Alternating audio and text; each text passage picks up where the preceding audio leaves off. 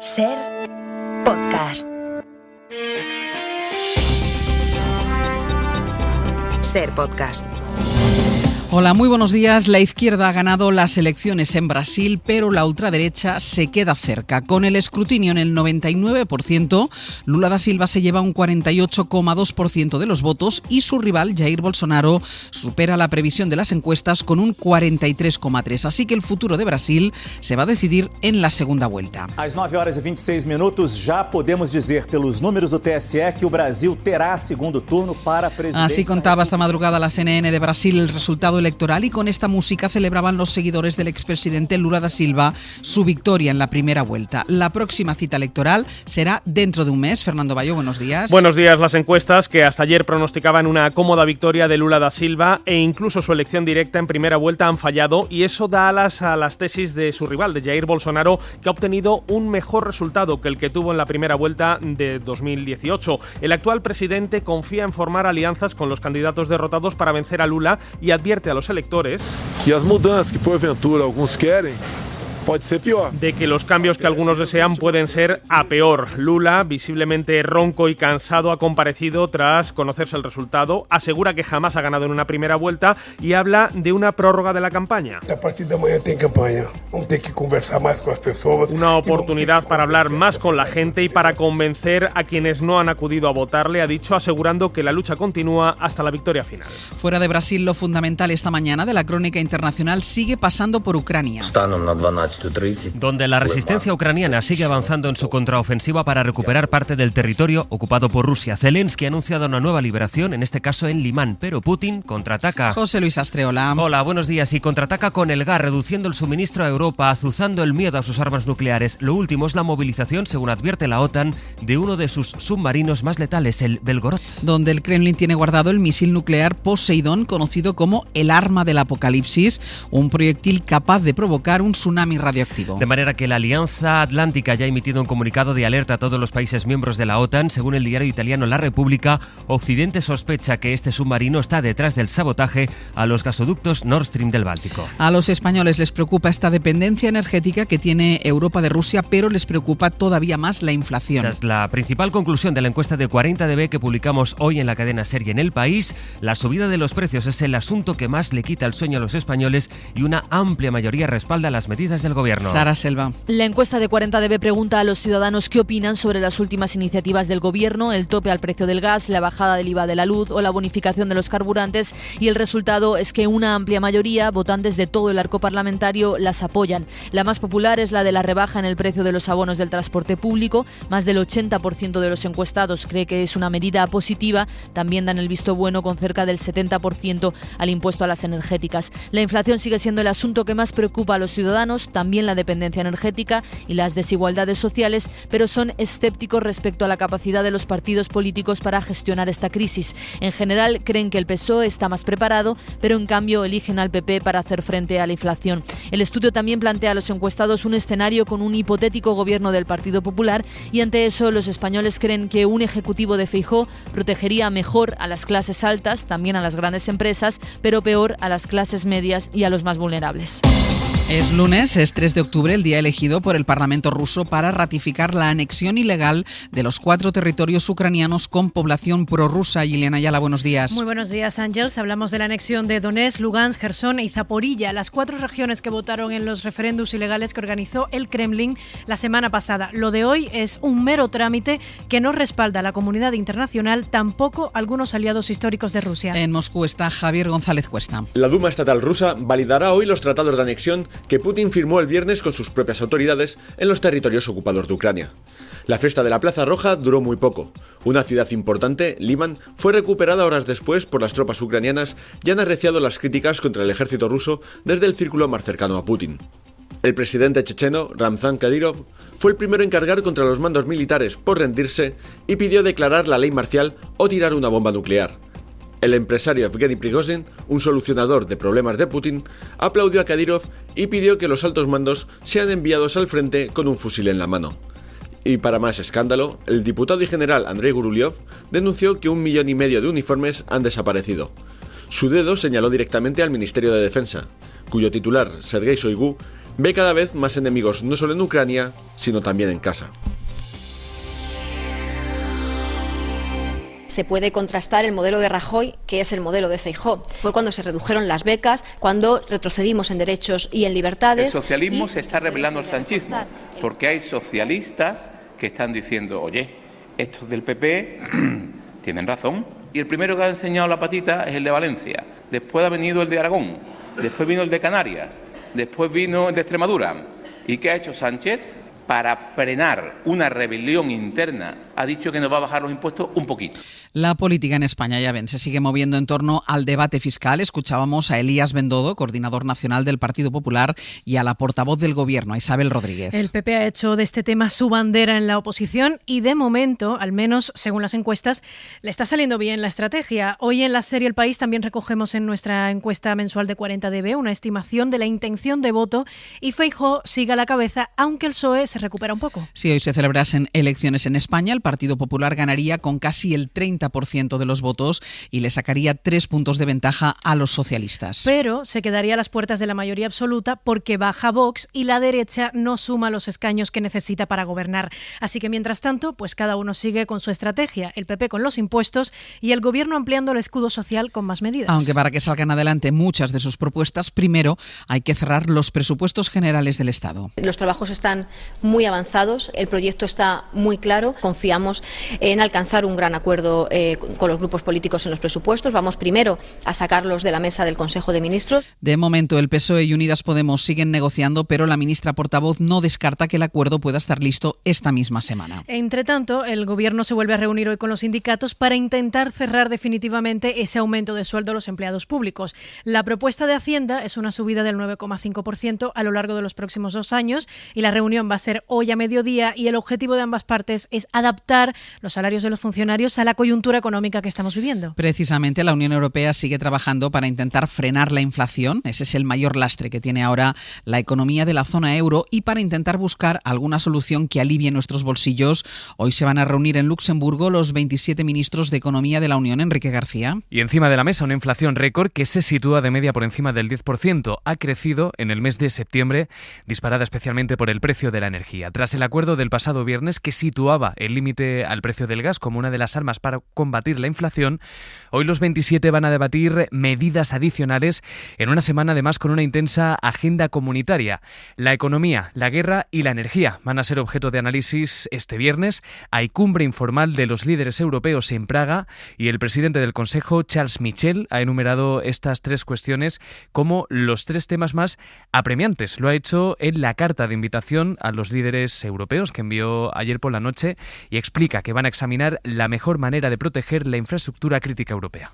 Mientras tanto, en España hoy se vuelve a disparar el precio de la luz. Por primera vez en 10 días el megavatio hora va a costar más de 200 euros de media. Este lunes vamos a pagar por la electricidad un 35% más que ayer. Laura Prieto, buenos días. Buenos días, Ángels. La electricidad costará este lunes 251,24 euros megavatio hora, de acuerdo a los resultados de la subasta en el mercado mayorista y el ajuste del tope al gas. Es el cuarto día consecutivo en el que sube el precio de la luz, que llega a su máximo desde el pasado 22 de septiembre, cuando llegó a los 298 euros. Aún así, la aplicación de la excepción ibérica rebaja el precio a pagar por los consumidores unos 10 euros y lo deja lejos de lo que costará de media encender el interruptor en otros puntos de Europa. Francia llegará a picos de 470 euros y en Italia de media la luz estará en los 340 euros. Y repasamos ahora otras noticias del mundo. Este ha sido un domingo electoral también en los Balcanes, en concreto en Bulgaria y en Bosnia. Con ambas elecciones marcadas por una bajísima participación. En Bulgaria ha ganado las elecciones generales el populismo conservador y en Bosnia la victoria de varios políticos moderados ha abierto la puerta a que se produzcan cambios en un país que actualmente está profundamente dividido socialmente por los musulmanes, serbios y croatas. Pedro Hernández, buenos días. Buenos días. En Bulgaria, que celebraba sus cuartas elecciones en el último año y medio, apenas han votado el 39% de los electores. Con menos del 40% escrutado, todo apunta a que Boyko Borisov, que fue primer ministro del país en 2 etapas entre 2013 y 2021, será el ganador de las elecciones. El actual primer ministro, Kirill Peskov, aseguraba que respetaba la elección del pueblo Y descartaba formar coalición con el partido de Borisov, que tendrá difícil lograr una mayoría estable en el Parlamento. Mientras, en Bosnia la participación ha sido del 50%, en un sistema electoral complejo. Los partidos reformistas, en cuanto a identidades nacionales se refiere, se han hecho con el triunfo contra pronóstico, aunque los nacionalistas croatas ya han advertido de que bloquearán la formación de gobierno, unas declaraciones que han encontrado respuesta en el alto representante internacional en Bosnia. El encargado de que se cumplen los acuerdos de paz ha anunciado que va a imponer cambios en la ley electoral para precisamente evitar cualquier tipo de bloqueo.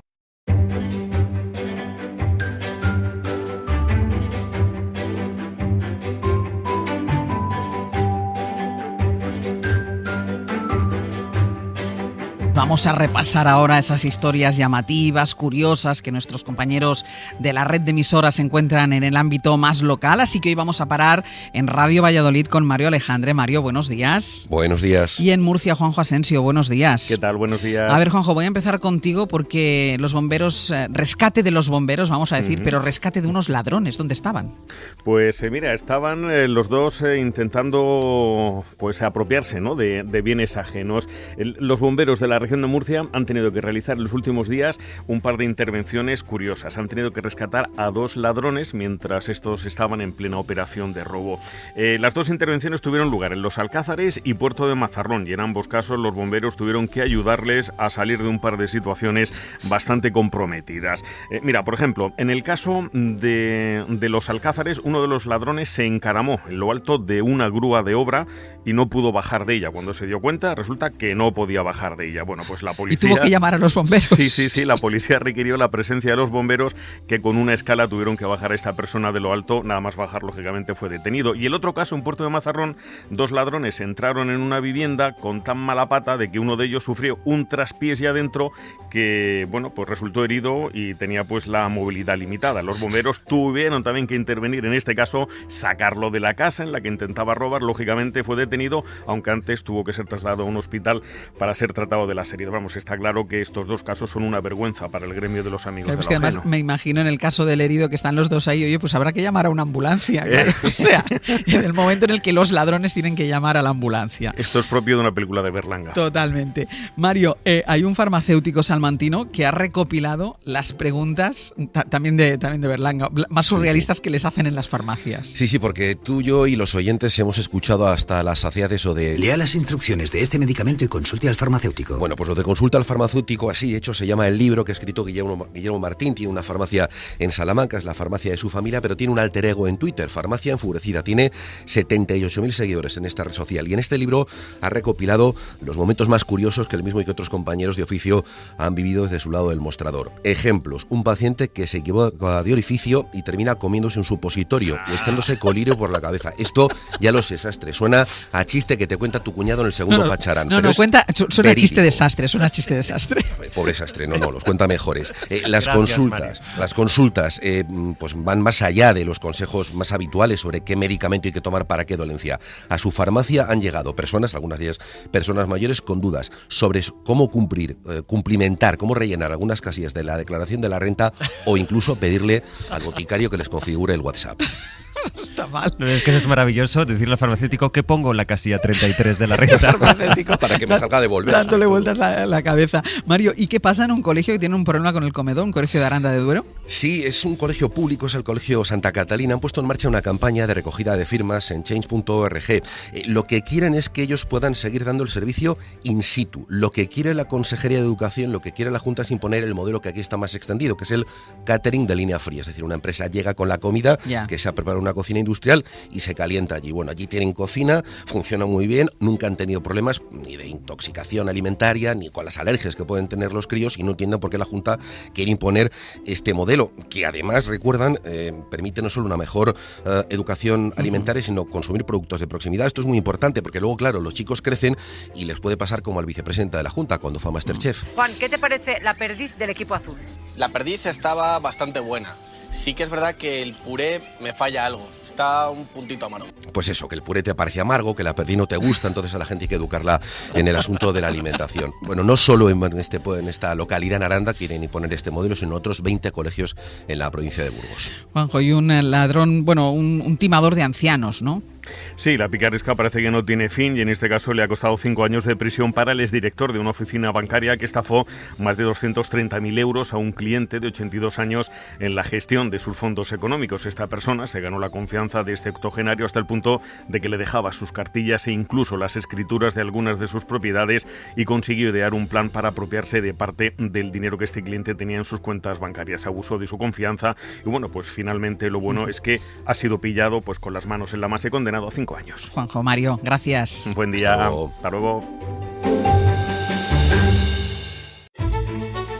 Y nuestra recomendación cultural del día. Dani de la Fuente nos recomienda hoy un libro que dice que cuenta una historia muy personal de superación y sanación. Vengo de ese miedo en Tusquets es la nueva novela de Miguel Ángel Oeste que él y nosotros les recomendamos. Creo que es un libro que no les vas a dejar indiferente, queda mal que lo diga yo y no me gusta decirlo, pero es verdad que creo que... El escritor y guionista nos lleva a la Málaga de su infancia y juventud en un libro que les va a atrapar sin duda. Creo que es un libro muy híbrido en el que hay elementos de suspense o de policíaco, de terror, porque la casa, que es un personaje más, está tratado con elementos y herramientas del género de terror, de la novela testimonial. Vengo de ese miedo es la historia de un padre maltratador, de un niño sin una familia como refugio seguro, un abismo de recuerdos y testimonios desgarradores. Era un infierno, ¿no? Era un infierno, era una batalla. Era también, por otra parte, era una violencia muy, muy habitual en esa época, en ese contexto. Aparte del maltrato infantil y de todo lo que se aborda en este libro, para mí el eje fundamental del libro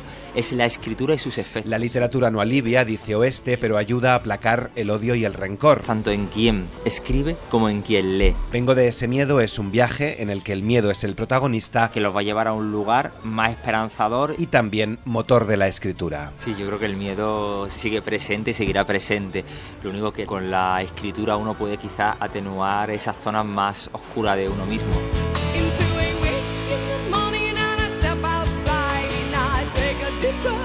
Para no perderte ningún episodio, síguenos en la aplicación o la web de la SER, Podium Podcast o tu plataforma de audio favorita.